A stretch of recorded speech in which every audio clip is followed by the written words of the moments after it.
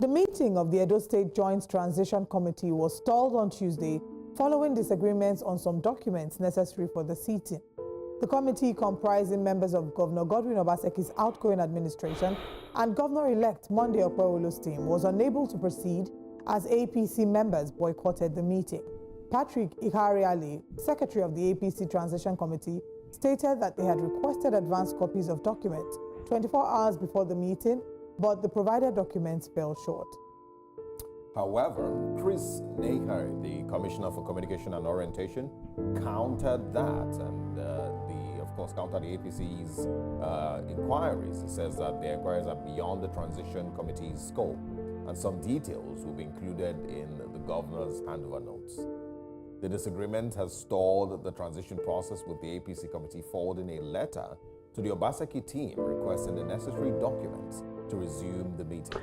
Okay, so it's quite unfortunate that Governor Godwin Obaseki is trying to rewrite a lot of wrongs, and one of which is him trying to ensure that there is a smooth transition from his government to the next government. Of course, and I think I commended him, and that's why I'm taking the pain to ensuring that I put in the searchlight or the watchlight on the conversations about the transition, whether or not, whichever way.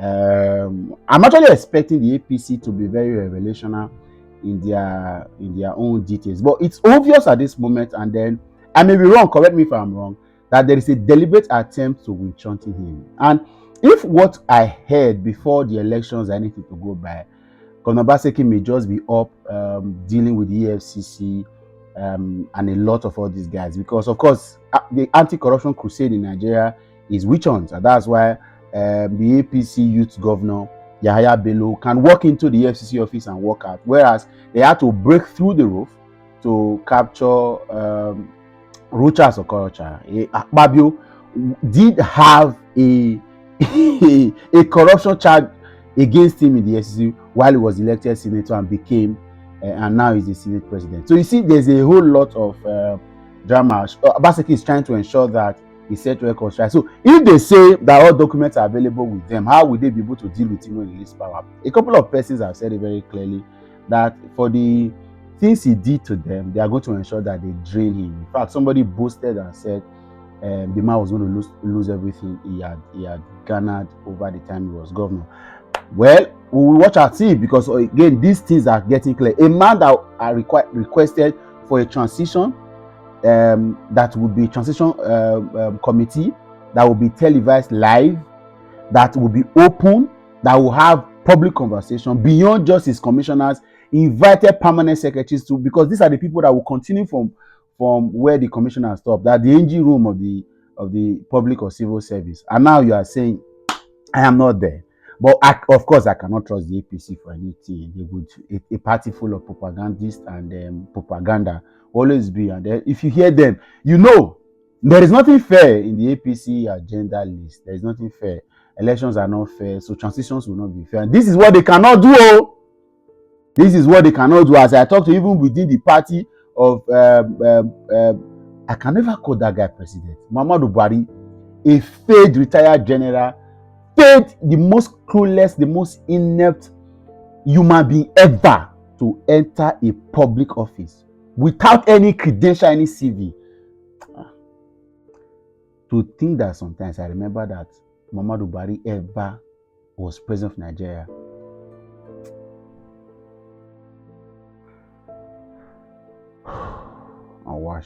So the transition between these two things, that they pay me, I swear to God, if you see where they pay me, just like remember now that Mondopeolo is going to be governor of Edo State. Now so the thing they pay me to say, eh?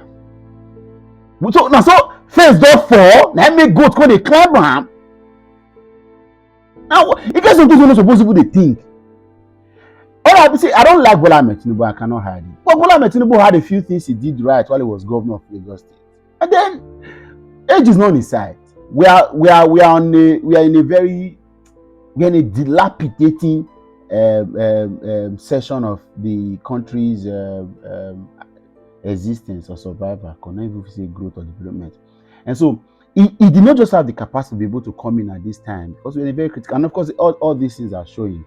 That's how I think. But it's not like he's a terrible person to have thought of being president. Okay, maybe moral, character, antecedent, what he has done before, it is a bad omen for the kind of systems we want to build for this country, allowing somebody of his kind of past to get into offices. So not so good, right? But you see someone like Monday, for no reason, that guy shouldn't for any reason. Elections don't pass, I'm saying, but it's painful. I mean, it pains, and then it's something that I'm not very proud of.